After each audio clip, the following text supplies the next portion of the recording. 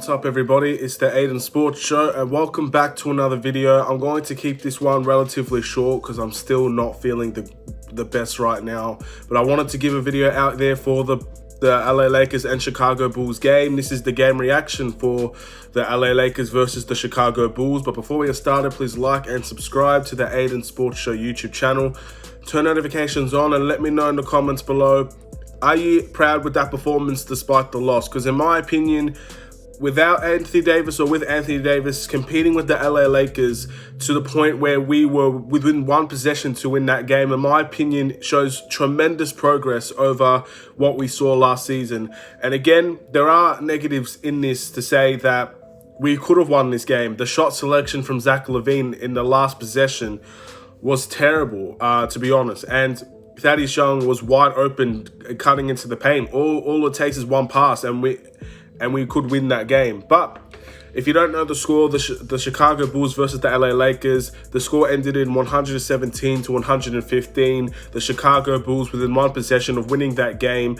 Huge clutch performance from Garrett Temple towards the end, kept us in the game.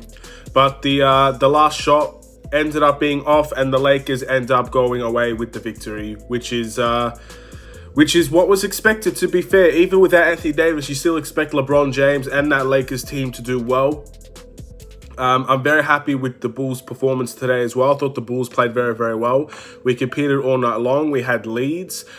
We did well, and we can't say that we didn't. And that's where the progress lies for me. Of course, having a loss like this is very tough to swallow. It's not easy to lose in such close fashion.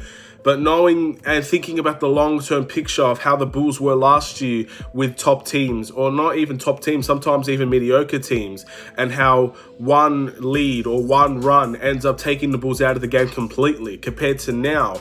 And yes, there are still games where we get blown out because we're young and we're going to have inconsistent games. But when the Bulls are able to compete like this, if they could compete like this on a nightly basis, I very well trust them to beat in the playoffs. But again, in saying that, it doesn't make any difference at the moment. A loss is a loss, and it still goes on the record as a loss, but there is very good positives to take out of that loss. I'm going to move into individual performance very, very quickly, just because I want to get this video done as quickly as possible, to be honest. With Zach LaVine had 38 points, 6 assists, and 5 rebounds. Zach LaVine was definitely the standout today. And when Zach LaVine and Kobe White are having the games that they have, we needed that third scorer. Well, Kobe White only had one really good quarter and 14 points and 5 assists. Playmaking was great, had 3 rebounds as well. But the third scorer was Wendell Carter. Wendell Carter had a very, very good game, very strong game, 23 points, 3 assists, and 7 rebounds. I think Montrezl Harrell bullied Wendell Carter and Daniel Gafford in this game, but Wendell Carter held his own and took it to Montrezl Harrell as well, and Marc Gasol, which is something that Wendell Carter can hopefully take over, the progression of that game. That's the type of game we need to see from Wendell Carter. I'm not expecting 23 points every single night from him, but I'm expecting him, with the shots that he has, to be more clinical, more efficient, and to also compete on the defensive end. Again, there were still times where he was backing off screens and not necessarily blitzing or moving up. That needs to improve. There's no excuse for that. He needs to improve in that area. Thaddeus Young had 15 points, a very good game from Thaddeus Young, 15 points, 5 assists, 7 rebounds, strong from Thaddeus Young. Garrett Temple had 9 points, very, very huge performance from Garrett Temple towards the end. And obviously, another big concern, Otto Porter had back spasms. Look, Otto Porter was very, very bad this game. Let's keep a 100 with you. Like, he was bad this game, but what he can provide is scoring, and we missed a lot of his scoring once again. And he's not looking for his shot, and when he does shoot, it's very poor. He had back spasms. He didn't play the second half. Hopefully he'll be ready for the Clippers. If not, we have another person down, and the Bulls are falling away slowly by injuries. I'm going to quickly go into the must-improve player, and I'm not going to target Otto Porter here. I'm going to target Daniel Gafford.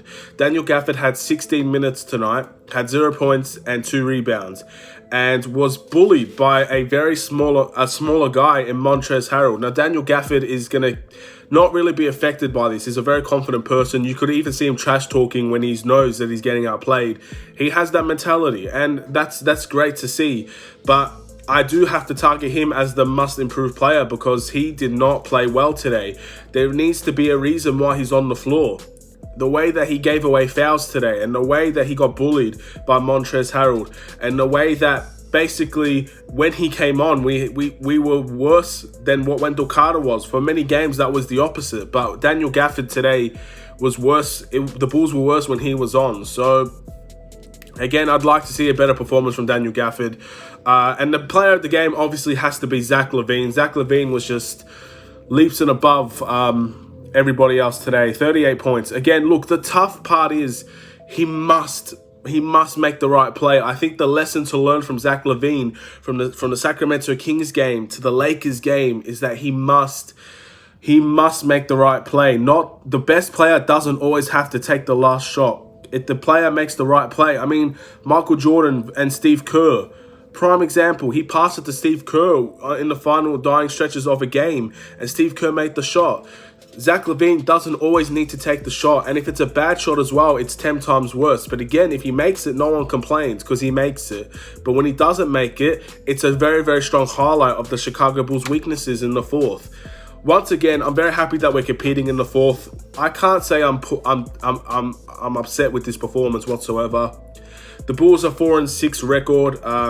Again, we're slowly falling away from that 500 mark. Hopefully a game against the Clippers, we can play a little bit better. Zach LaVine, if he takes that performance over to the Clippers with Kawhi and Paul George, we'd still have a chance to beat them as well. So I'm very, very, very optimistic about that game, just like I was with this game as well. Can't complain. 4-6 is not terrible for the Bulls at this point in the season compared to last season, but obviously close games, you'd like to win them. The next game is against the LA Clippers, as I mentioned. Hopefully the Chicago Bulls could do very, very well in LA before we go home to Boston. Anyway, I'm going to end it here, make it short. Thank you guys for watching. Please like and subscribe if you're new.